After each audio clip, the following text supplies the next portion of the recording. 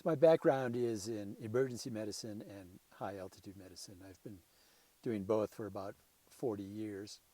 Did special training in high altitude medicine at University of Colorado. And I've always been attracted to the mountains, living in the mountains, playing in the mountains, and always interested in the effect of high altitude on human physiology and health.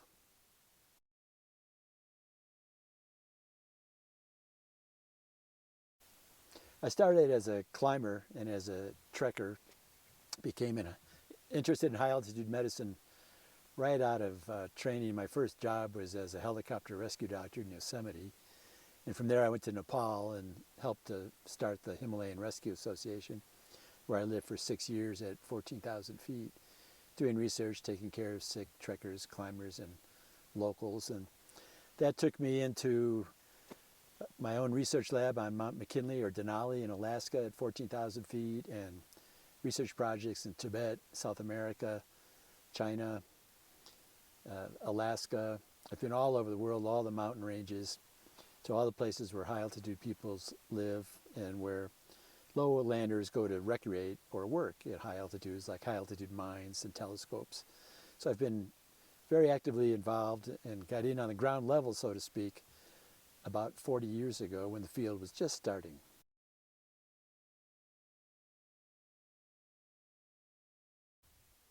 Just like real altitude, simulated altitude increases the hemoglobin mass by increasing the number of red cells in the body. With these simulated altitude devices, you don't have to worry about getting too high or your blood getting too thick. It can't really increase it that much. You're only going to be at 8,000 feet to 12,000 feet, and only for 7 or 8 hours a day. And all the studies in athletes show that, yes, it can increase your red cell mass a little bit, but not enough to cause any health problems. And as a byproduct or as a side effect, it could even increase your exercise performance if you're a moderate to elite athlete.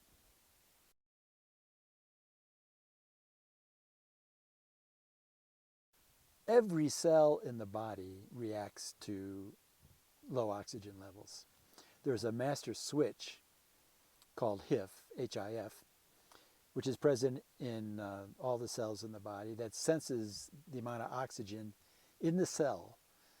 And in response to a low oxygen level, will latch on to the DNA and cause an expression of genes, either upregulation of genes or downregulation of genes. And we now know that it impacts thousands of genes, not just a few genes. So evolutionarily, we've developed an amazing adaptive response to low oxygen levels. After all, we have to have oxygen in order to live.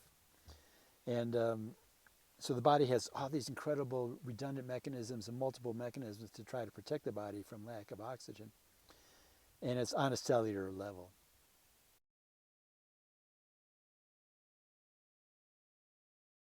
The greater the altitude stress, the higher the altitude, in other words, the more likely these changes take place. There seems to be a threat. This isn't very well studied, this particular aspect, but at around 7,000 or 8,000 feet is where this change in metabolism and appetite takes place. And the higher you go, the greater those changes. But you need to be at least 7,000 or 8,000 feet for most people. And duration at altitude also makes an issue. The longer you live at high altitude, the more your metabolism is going to be changed. Your weight may be stabilized at a lower weight over a period of time. There's some evidence that if you go to altitude, say 8,000 feet for just a week or so, your body will start to acclimatize to the point that your appetite won't be suppressed anymore and your metabolism won't change so much. But that's not entirely clear. There's also some differences in gender. Men seem to be more impacted by these changes than women. Doesn't seem to be any definite influence on age. We're assuming we're talking about healthy people that are going to lose weight. There's evidence that if you're overweight, to begin with, you're going to lose more weight. There's also evidence that if you have metabolic syndrome, which is overweight, glucose intolerance, or near diabetes and hypertension, that altitude exposure can be beneficial for the entire syndrome. So the altitude is important, and the duration at altitude is important for all these changes.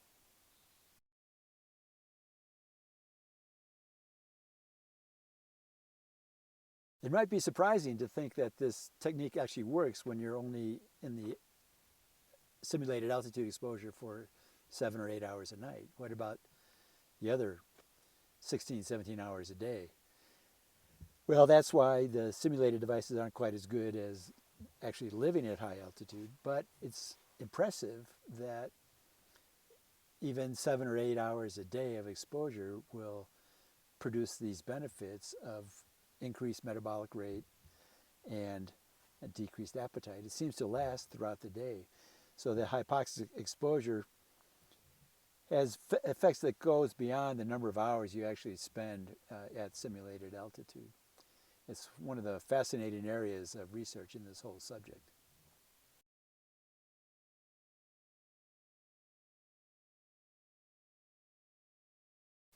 Altitude sickness is a big problem in people coming to visit in Colorado and other high altitude locations. Extremely common. Over 25% of people coming to ski in Colorado get altitude sickness. But fortunately, it's pretty minor. It feels like a bad hangover. Headache, not a good night's sleep, always decreased appetite, sometimes even nausea and vomiting, and lethargy. Does that sound familiar? It sounds to me a lot like a hangover. And it can ruin your holiday. If you've only come in for 4 or 5 days and 1 or 2 days is spent in that kind of condition, it can really ruin a trip. So it's important to prevent it. One of the ways to prevent it is to use these altitude tents before you come to high altitude. And more climbers are doing this so they can spend less time on the mountain. The technique is to sleep every night at a gradually increasing altitude, starting at 6,000 or 8,000, going all the way up to 18,000 feet, which is where the highest base camps are, over a period of 2 to 4 weeks, sometimes even longer. And what that does is dramatically speed up your acclimatization process when you go into the mountains so that you don't get altitude sickness. You don't have to spend as much time acclimatizing. You can go a little bit faster. So these devices can be used to help prevent altitude sickness.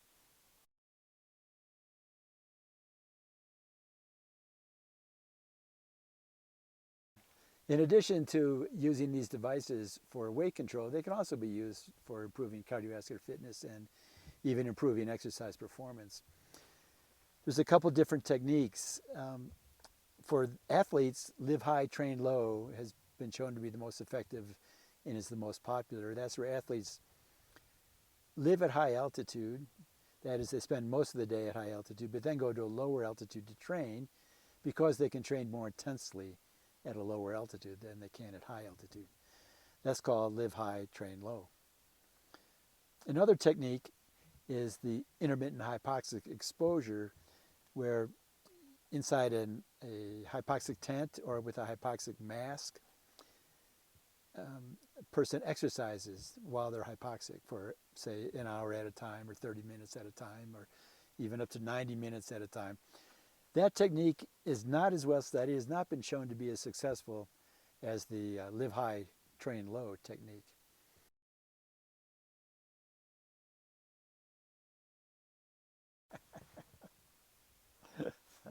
Sure, you can have other people sleep in the tent with you, but if they're not acclimatized, if they haven't been adjusting to it over a period of time, they might get a headache or have a poor night's sleep.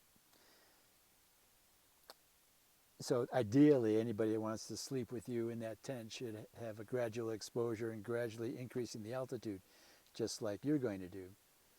Dogs and pets can do it also. Dogs can feel the altitude and they can sometimes get a little lethargic, act a little bit sick, but they also adjust very quickly.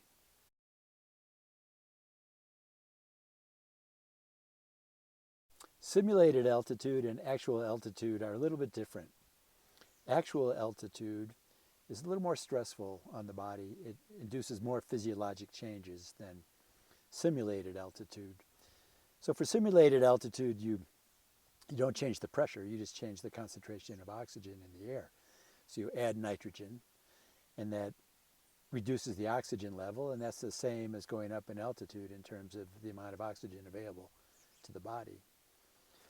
Obviously, simulated altitude has a lot of advantages. You don't have to travel. You can do it at home if you have a small tent device or deoxygenated room, for example. And you can go in and out. There's no chamber locks, so there's no change in pressure. It's much simpler than having an actual altitude chamber.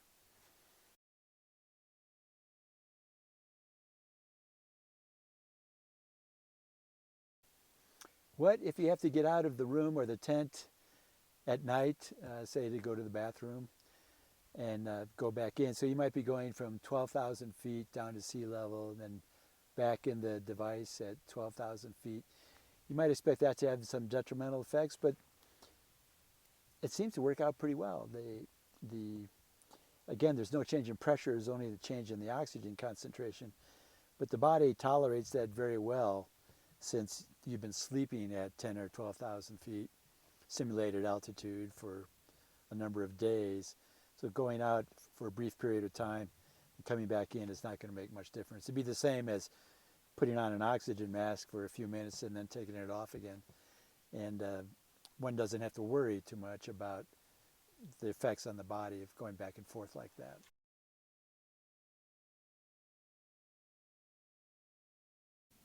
So like any therapeutic advance in medicine, there's indications and contraindications, or what we call relative contraindications.